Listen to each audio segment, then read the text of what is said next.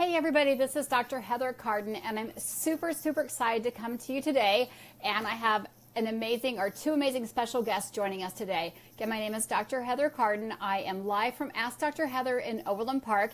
I am the co-owner of Carden Center for Wellness, and I'm super excited to have a very special guest today. So I love being inspired by other people. I love learning from other people. So today we have an amazing opportunity to actually hear from Delta Force operator, Special Ops, retired veteran Josh Collins. I know you guys have been hearing a lot from us, and I want to thank you all for all the support that you've been giving him. We're going to give a couple seconds and invite him on here live, but we want to do kind of a recap. We really want to talk about what the mission involved, what was successful about the mission, what we can look forward to as we start to develop really into the race to Alaska. So the Everglades race was 300 miles. Josh anticipated completing that in around 80 hours. But think about that for a minute, guys.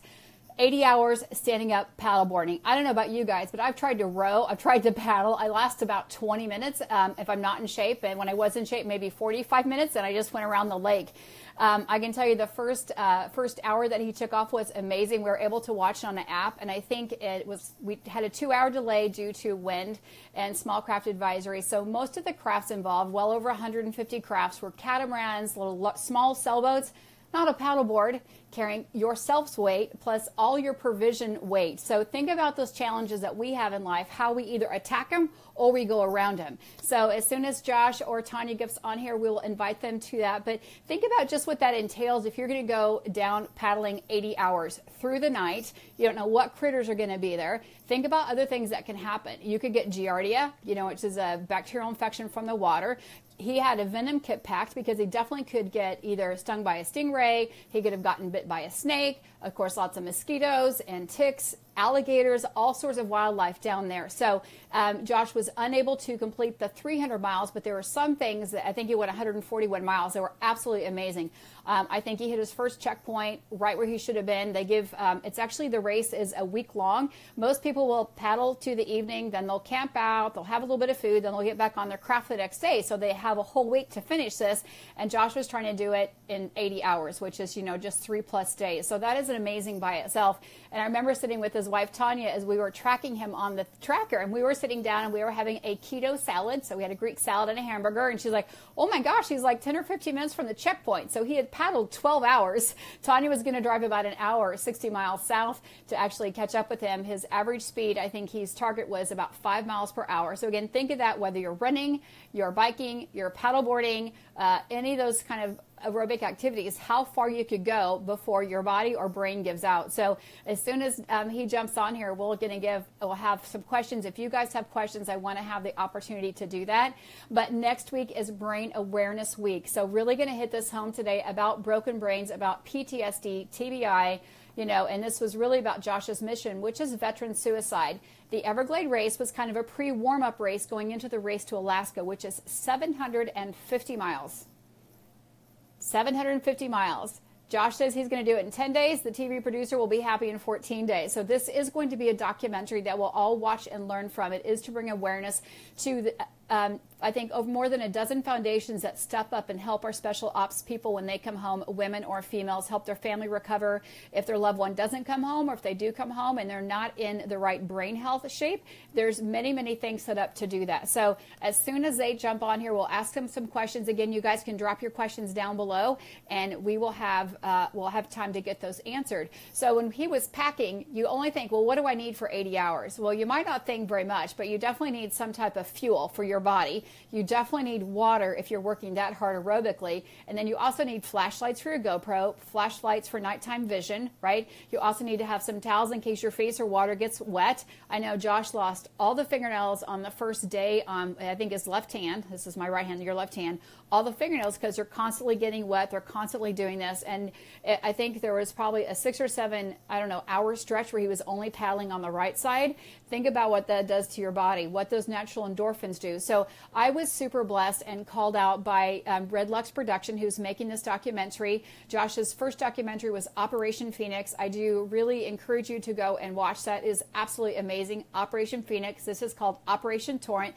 And they said, hey, would you help with the metabolic program of this veteran, Josh Collins, who is going to do these amazing, I don't know who would do this, but amazing, amazing feat. The first one, again, was Everglades race, which is last week, paddling 300 miles through the Everglades, through swampy areas. I know I got to be there for the captain's meeting, and they were talking about it's unassisted, so they don't have a bunch of people around them, like, you know, saying, hey, can we help you? Because once the craft is out there, whether it's a paddleboard or a catamaran or a small sailboat, you can't have contact, you can't pass food, you can't give them a match or a light or a bottle of water or a beef jerky or something like that. You can they have sensors on them, so they just have checkpoints to hit. The first checkpoint, I know Josh hit it right about 12 hours, and he still had 24 hours to actually complete the first check-in. So the first check-in was at 60 to 70 miles out of the 300. So think about that, because I was watching him pack definitely Stingray kit, Band-Aids, some things, you know, tourniquet kit in case you get cut or things happen to your body. And think about standing up for 80 hours or being on your knees paddling for 80 hours. It is an enormous stress on your body. You know, we have the opportunity to get some lab work done and really see what happens. So this is to mimic. I know I've got a couple people on here that are actually veterans or serving in the military or have served. Josh has done 7 tours across the globe to help protect our country and our freedom. So think about what that means when we drop a soldier at 14 to 16,000 feet in Afghanistan in the jungle. Think about what that means if we have a Navy SEAL diver go straight down, and the possibilities of oxygen toxicity. So these things are real. Hallucinations are real because you can't get your own, you know, orientation. If you're out in the middle of the ocean and you can't see land, you see the moon, it's kind of hard to tell which way you're going. So there is Josh. So I'm going to invite him on. He's probably ready to answer some and correct me if I'm wrong. So we are adding him super quick. So super excited to have the very, very special guest who is inspiring me. His wife is inspiring me to be a better version of myself, to really charge forward like a rhino, not a cow, and really conquer things head on, but have it pre-planned. So this is kind of a debriefing today. Josh and I have had not much contact, and I kind of want to keep it that way. So, hey, Josh, thanks for joining us today. And oh my gosh, super, super excited to have you here. So today's our debrief. So I was just sharing with everybody kind of what my part or role was to really help you metabolically get prepared and get sound for this kind of pre-trial race or race to Everglades. And correct me if I'm wrong. So the first day there were several rescues by the Coast Guard, correct? And, yes. Right. And there was even a death, I think, the day before, right? So this, right. And you really anticipated less than 30 to 35% of people actually finishing the total race, correct? Typically there's about half to about 2/3. Last year there was only about a third. It was a really, really tough year. So, you know, and this year is really kind of in between. You know, right now there's been some back and forth. We started with a small craft advisory. That's why we pushed off the start. And then as soon as that little window opened up, the Coast Guard allowed us to go. Didn't mean that, you know, that meant the winds were just under gale force of 30 knots. And so, you know, and that's where I got hurt the first time crossing Tampa Bay. So a little debrief with you, but I want to take a giant step back before you pushed off from the beach at DeSoto Park. So preparing for the race, you feel like you were prepared metabolically. I heard all the doctor's reports with you. So you prepared the craft, you prepared your provisions, right? You mentally were prepared and physically were prepared. So tell us we know that you didn't complete the race, but there are a lot of wins that happen. I want to encourage everyone. Every beginner's a winner. The finishing line is not all about winning. It's how you prepare, how you complete, and how you recover from that. So share with us a couple big wins that you felt were there, like the things that really are going to help you prepare for the race to Alaska. So the really big one is I learned about ketones. And, you know, so I went into metabolic ketosis about 2 weeks prior. And it was really fast. If you think about it, to do that, and also to, you know, then to do an extreme race, for the first time, you know, typically I used to have a coach that says, never put on new shoes for the race. And 2 weeks prior is pretty quick. I knew this going in, and I knew I was going to feel something different, but it was worth it. And again, I learned so much. So I felt great on running on ketones. I was in metabolic ketosis prior to going in. I was running on primarily on keto OS throughout, the keto OS, and some fat bombs in between, and also 1,4,3 oil. And so, you know, I felt phenomenal going into day two with no sleep. The wrench in the chain there was a concussion. So up to this point, how many concussions have you had in your life? Or just military active duty? You can say just even active duty, how many concussions you've had. Because this is super important, because we've talked about concussions can bruise the brain, lead to PTSD, TBIs, which ultimately can lead to the suicide rate happening. So it's about fixing the brain. So how many concussions have you had prior to this race? So on active duty, I had 7 traumatic brain injuries, you know, what we call them now. And about 4 of those were from blast, which are kind of different from a concussion where your head's not moving. It's just, you know, blast wave going through, damaging your brain. A couple from parachute landing fall. And then I had 2 after I retired in 2008 as a contractor, and then still working overseas and with the military.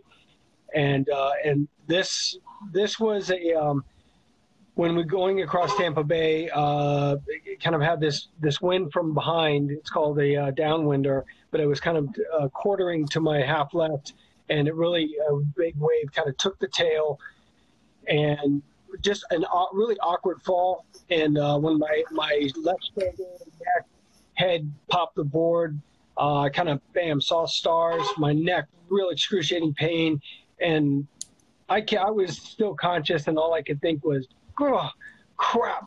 And I swam back to the board. I got on the board and just kind of shook it off and started paddling, did an assessment.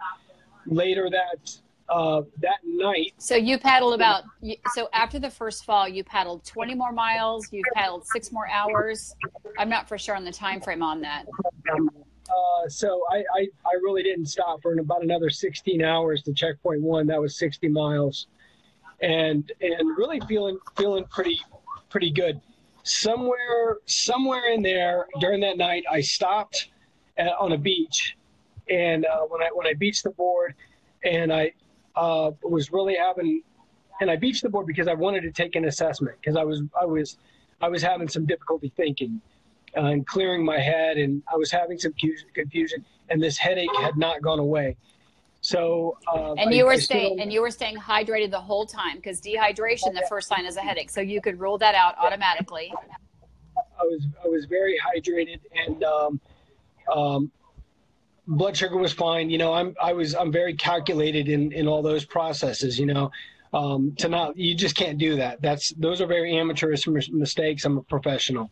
So I got on the beach, I fall backwards, and you know, I was falling, and then I'm kind of like, well, let it go. And I fell and tonk right on a log or whatever. And again, bam, seeing stars, and just going, oh my God, no. So got up from, shook that off. Finally, I think it was sometime later. And again, this all starts rolling together. Sometime later, I went over to the camera crew boat, and every now and then they would mic me up. And or just to talk to me while I was paddling. And so they mic'd me up, and then I fell backwards into the boat, and I hit my head on the steps.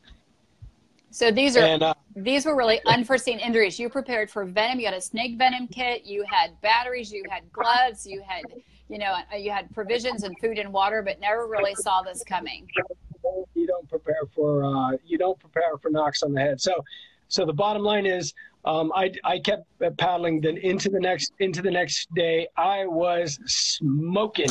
Checkpoint 16 hours across Charlotte Harbor, And after Charlotte Harbor, I mean, really having a very difficult time figuring things out, I began to look, when it comes to sleep deprivation, and I wrote about this in my post today, Yeah. when it comes to sleep deprivation and the signs and symptoms of head injury, because they're very similar, you got to be.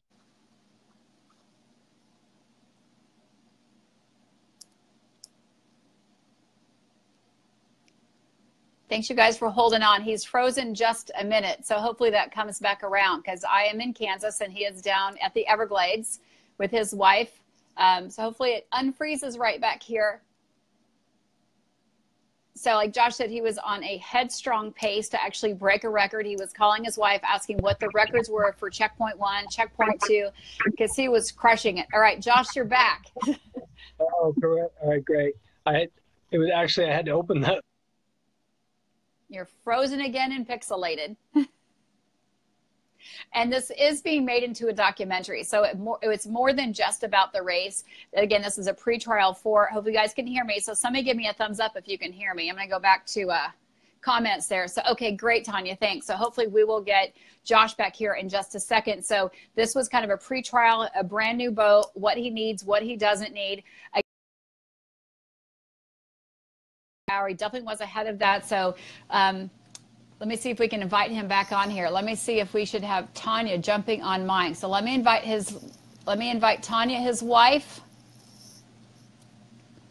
Sorry, guys, internet's not always perfect. But I do want to thank you guys for joining me, and you can always replay this. You can always please share with everyone. There's more than a dozen foundations that Josh is paddling for and putting his body in harm's way. Like we said, one person did lose their life. So this is about the bigger mission. This wasn't about finishing the Everglade. It is, but it's about a bigger mission in life. So Josh, I'm just doing a filler until you get back. So yeah, we got you. You're back. So everyone says live and raw. I know. So I am going to ask Tonia a couple of questions here. But so again, the big take homes, like what are you going to change now in between going into the race to Alaska? What does that training regimen look like? Like obviously you have to take some time off because of your concussion and your history with traumatic brain injuries. We do want to keep you in metabolic ketosis because that's the best fuel for your brain. And so training forward, which is June 14th, you're going to have some travel days there. So first of all, first question, how many miles did you actually complete? 160 or 140?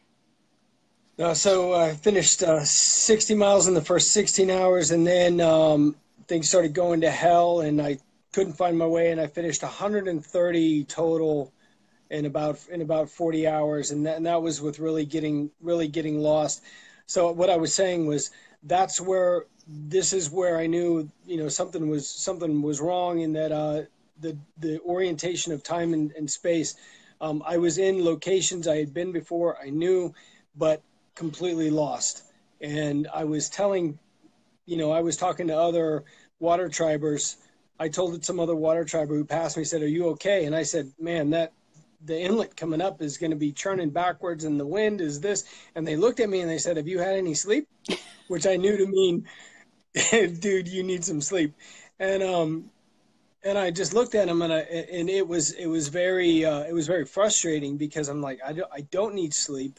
I'm feeling fine, but the map, my GPS, loss of orientation of time and space is one of those things where when you're getting lost in your own neighborhood, it's brain injury stuff. So one of the things that one of my goals is to train with the ketones, because that's a different thing. Just to finish up on the whole concussion thing, I guess it was probably around 11 p.m. I went to the boat and said, I'm going to stop and get some sleep just to make sure. So I racked. I got an hour and a half. This was day 2. This is day 2.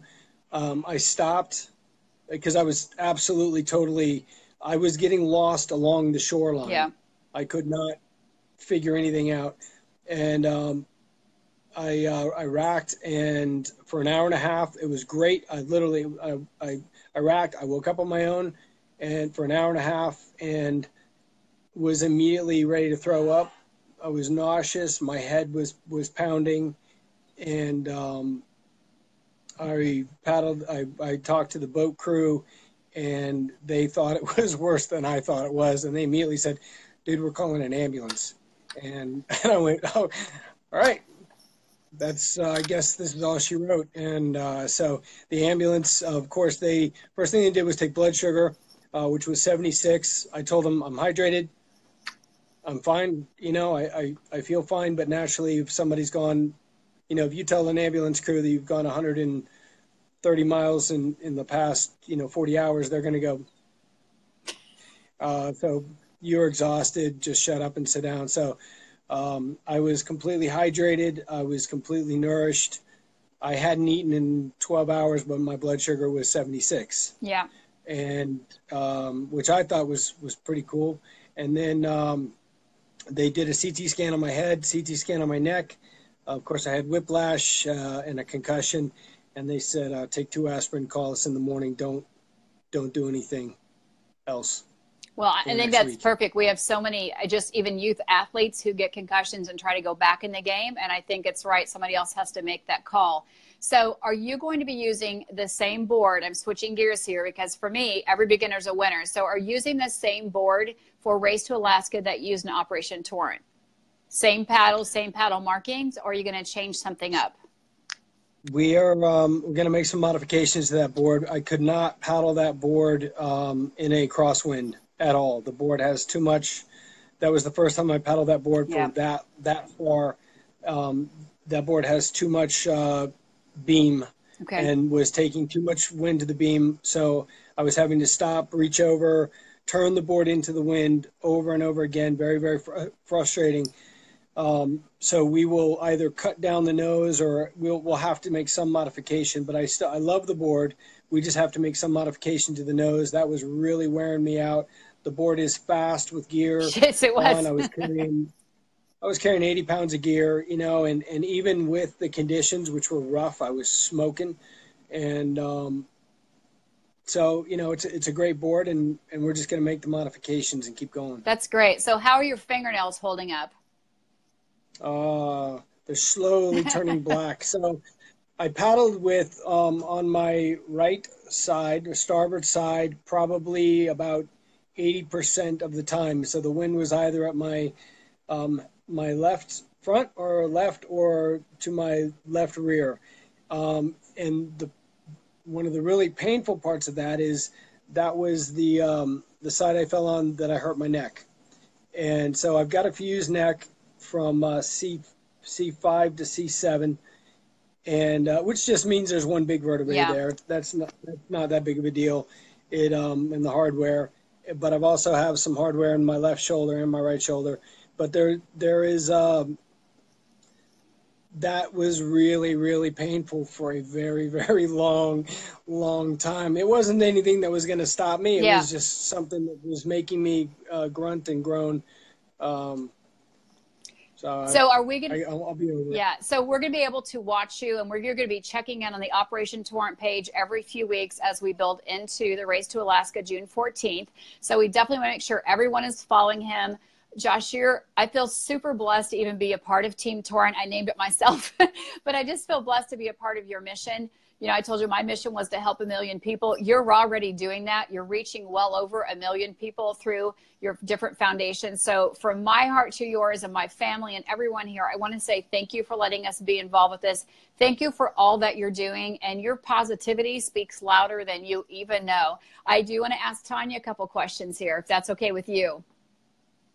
That's great with me, as long as you come back to me. I want to tell you one more thing. Okay, Thanks. So I actually had the pleasure of hanging out with Tonia while she was waiting. So I'm going to let her pop on here a second. Hopefully she's in the same room, and when she dropped me off or when she left for that second checkpoint, she didn't know. Hi, Tonia. So this is Josh's lovely bride, Tonia Collins. So Tonia, thank you for letting me hang out with you guys all week. So tell me, again, we have a little time to talk prior, but what was going through your mind when you said, when you left the hotel and you said, I'm not going to see him for 2 days. I'm going to see him at the end of the finish. And I just said, how do you do that? Did you sleep last night? Because you did see him at 11 p.m., which was day one. So at about 14, 15 hours into it or 20 hours into it, you got to see him. And then you kind of said goodbye to me and I'm going to see at the finish line. And so what was going through your mind when you heard he had fallen? Because you told me one time, then I hear 2 times, then I hear 3 times. So as a wife, as a caregiver, as someone who is 1,000% supporting this and all the millions of people you touch, how do you mentally get through that, knowing that he could have died? It could have been him. He could have gotten a snake bite. He could have gotten stung by a stingray and not even know it. You know, there's so many things that could have happened, but you know what should have happened. So how do you deal with that, and what's going through your mind? Of course, it's never an easy thing when he takes off, but as long as he's doing what he loves, I know that that's his passion. And the bigger thing for me is always the mission, and that's what I always have to put, you know, at the forefront. So knowing that he was going to take off, and I knew that I was hoping I'd get to see him at the checkpoint, so that was a bonus when I did. But when I did see his videos that he was recording, I even messaged him and thought that it was a little bit off to me, and I wasn't sure exactly what was going on. But so that stuck in my mind. And then I laid down in bed that night, and honestly, I think I had just closed my eyes, and I thought, man, I really hope everything is okay. And I hope the guys have, because they had mentioned putting chem lights on him so they could see him if he falls. And I know that if Josh gets really, really tired sometimes, that it's likely that his brain will do the misfire and he could have a seizure. That's a huge possibility. So I thought, oh my gosh, if he were to have a seizure on the board, fall off, it's dark, I hope the guys, the film crew is close enough that they see him and they're able to get to him really quick. And no kidding, it was probably less than 30 minutes that I get a phone call from Josh telling me that he's going to have to stop and take a rest because he's fallen and hit his head. And the first thing I asked him, is, are you nauseous? Do you have a headache? And all of those. And, he had a headache, of course, but he wasn't nauseous at that point. And, I was asking about his pupils, are they equal and stuff. So went through the whole thing and checking with the crew and stuff. But at that point he was okay. And I said, okay, then you've been up, and he had been up long enough after. We're freezing here just a second, guys. So hopefully they'll pop. Oh, you're back. But he had been up long enough after the fall that I felt that it was safe for him to take a quick nap, because they were going to check on him. So I dozed off and went to sleep because I knew that he was with them and they were watching him. But anyway, so. But I want to say one thing. The film crew was only going to be there the first 12 to 16 hours. They were not intended to be there. Originally. So had this had happened the second or third day, there's so many things that fell into place, right, that they were there that first day. Because I think people assume they're going to be there the whole time. It's not. It's unassisted, which means no contact. Nobody does anything. Thank goodness for phones and GPSs and GoPros. But go ahead. Yeah, sorry about that. So we were very, very fortunate that it worked out that they were able to stay. So anyway, you see, Sean Kelly is telling me to wear a Protec. Sean Kelly, when you wear a Protec, I'm on a paddleboard. I'm wearing a Protec. That's right. So anyway, everything worked out. But whenever I got the call that they called me and said he woke up and he's nauseous, and I said, okay, I'm going to send you a link to a boat ramp, get him there, and it's going to take me too long to get there, so go ahead and take him in, call an ambulance, and I'll just meet him wherever they take him. And I think so. The big picture is when things happen, you just have to make swift, calm decisions. Like even the start of the morning, it was a 2-hour delay. The other boat ran aground, which was not to be expected, trying to get a boat ramp to get. There's some things, but again, you just giggle and go on. You're an amazing problem solver, an amazing coordinator. So having these triple falls, does this make you any more anxious or reserved about the race to Alaska, or are you still just going with the same way, or mission-driven passion, paddle on? Yeah.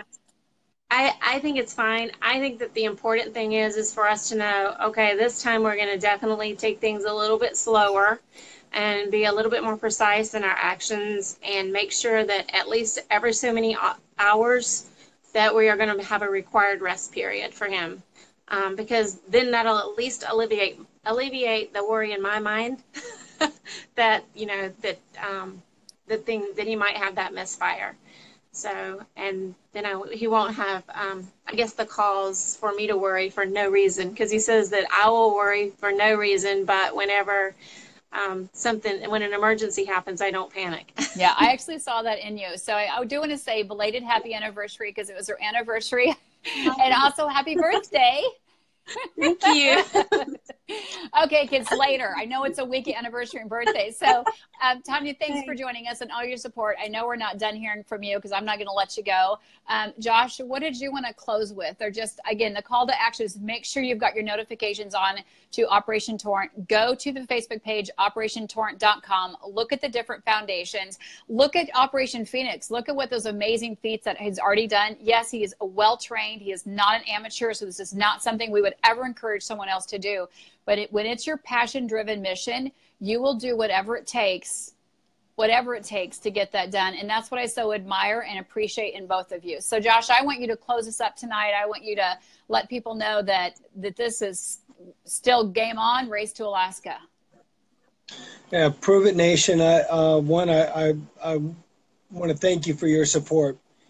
And I'm proud to be a part of this now, and to be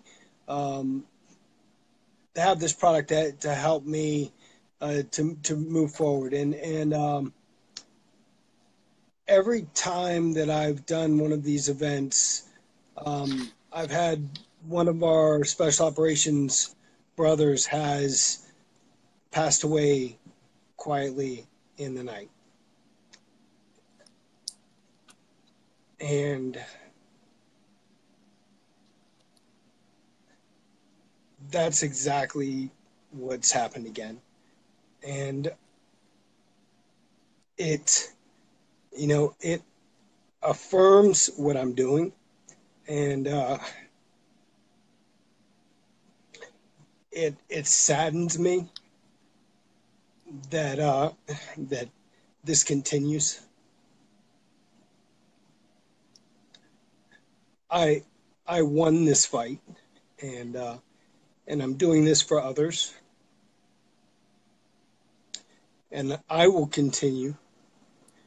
And I hope that I can have your support in simply, easily sharing and passing along that though the declaration of war may have been called off a few years ago, the war of recovery goes on today, and the war for the special operations community actively continues today, and that there are still guys in harm's way,